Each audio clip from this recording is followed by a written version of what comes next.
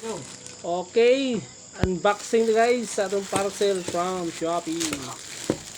Shopee, no? Tanggal mis karton eh.